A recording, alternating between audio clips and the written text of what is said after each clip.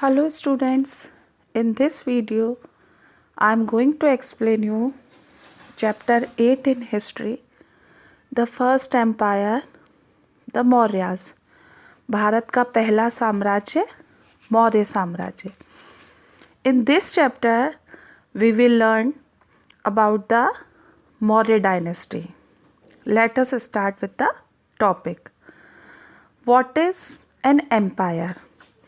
Empire means एक साम्राज्य. साम्राज्य का मतलब होता है ऐसा राज्य जिसमें कि बहुत सारे राज्य शामिल होते हैं, बहुत सारी टेरिटरीज उसके अंडर कंट्रोल होती है.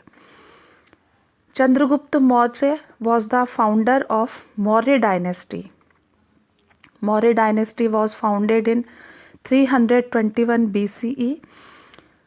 It is believed that Chanakya was the mentor and guide of Chandragupta Maurya. Chanakya को चंद्रगुप्त मौर्य का टीचर और मेंटर के नाम से जाना जाता है. चाणक्य के और भी दूसरे नाम हैं, कौटिल्य और विष्णुगुप्त. चाणक्य ने अर्थशास्त्र बुक लिखी. उस बुक से हमें मौर्य साम्राज्य के एडमिनिस्ट्रेशन के बारे में जानकारी मिलती है. चंद्रगुप्त मौर्य ने नंद वंश के अंतिम शासक धनानंद को हराया और उसकी जो राजधानी थी पाटलिपुत्र उसको अपने अंडर कंट्रोल में किया. उसके बाद वो बहुत सारी टेरिटरीज़ को जीतता गया और सेंट्रल इंडिया की तरफ गया.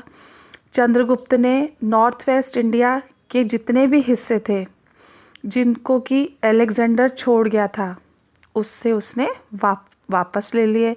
उसने सेल्यूकस निकेटर जो कि अलेक्जेंडर का जनरल था, सेनापति था, उसको हराया कैसे?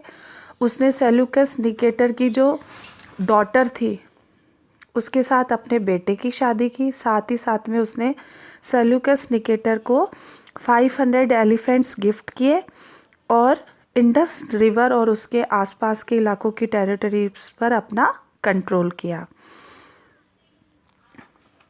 सेल्यूकस निकेटर के साथ में ने अपना एक एम्बेसडर चंद्रगुप्त मौर्य के राज्य में भेजा.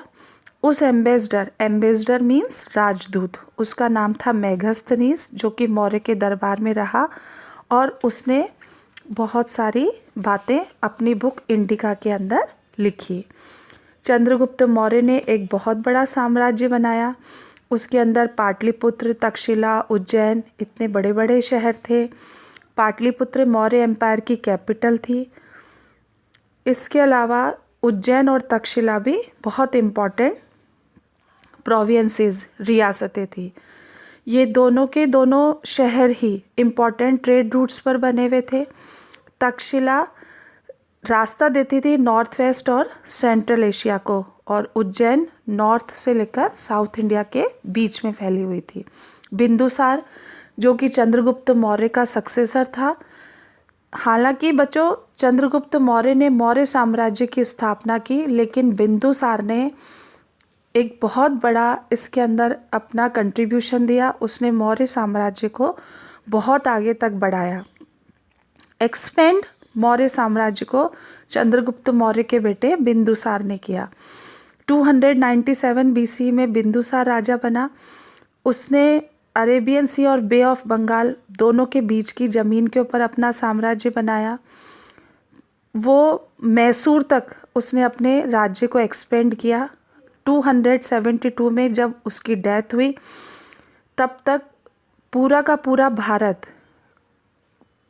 पूरा भारत मौर्य साम्राज्य के अंडर कंट्रोल में आ गया था. केवल कुछ हिस्से थे जो कि मौर्य साम्राज्य से एक्सक्लूडेड थे. उनमें एक था कलिंगा जो कि उड़ीसा की ईस्ट कोस्ट पर बना हुआ था.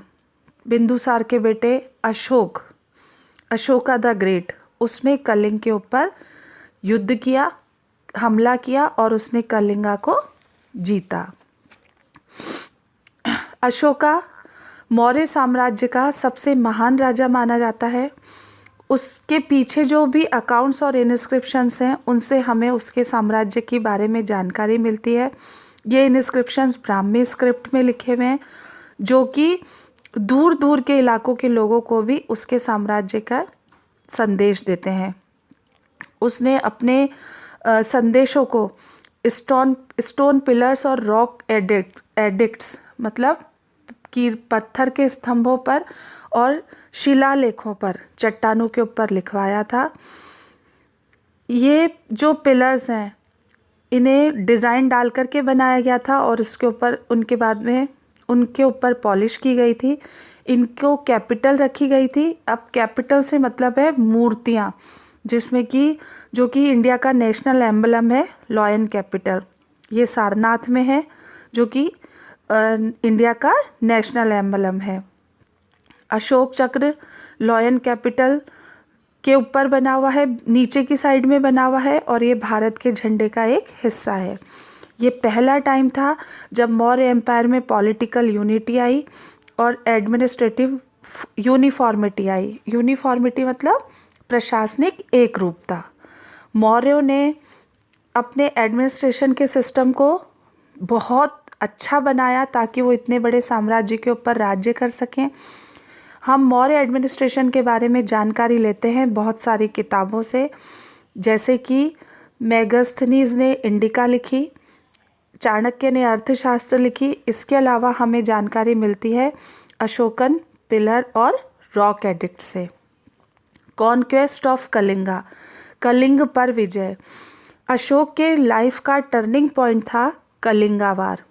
कलिंगा जो कि बिंदुसार के अंडर कंट्रोल में नहीं आया था, अशोक ने कलिंग के ऊपर जीत हासिल की, लेकिन उस जीत की खुशी उसे बिल्कुल भी नहीं हुई, क्योंकि जब उसने युद्ध भूमि में वो गया और वहाँ पर उसने देखा कि बहुत सारे लोग दर्द से करा रहे हैं, कुछ लोग रो रहे हैं, कुछ चीख रहे हैं, कुछ बहुत बुरी तरह से घायल हुए हैं और कुछ बहुत सारे लोग मरे हुए हैं।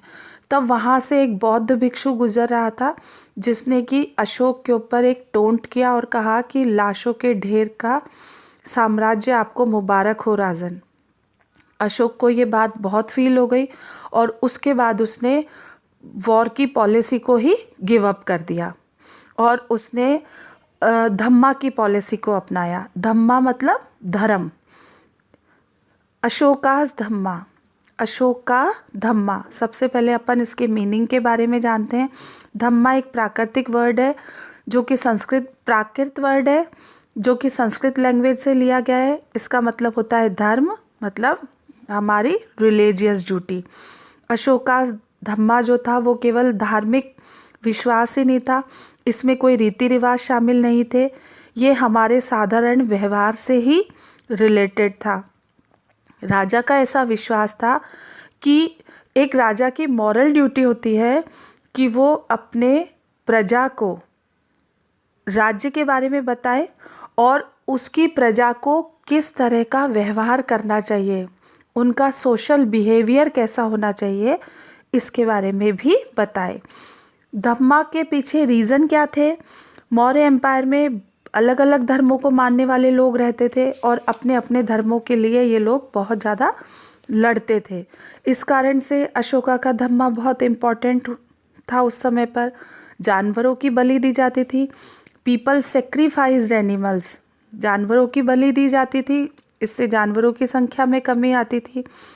लोग अपने एल्डर्स के साथ में, स्लेव्स के साथ में और सर्वेंट्स के साथ में बैड ट्रीटमेंट करते थे। तो अशोका का धम्मा यही कहता था कि अपने बड़ों के साथ में, सेवकों के साथ में और नौकरों के साथ में अच्छा व्यवहार करो। परिवार में और पड़ोसियों में झगड़े हुआ करते थे। इस कारण से अशोका का धम्मा उस समय की बेसिक नेसेसिटी बना। Rest of the topic I will explain you in the next video.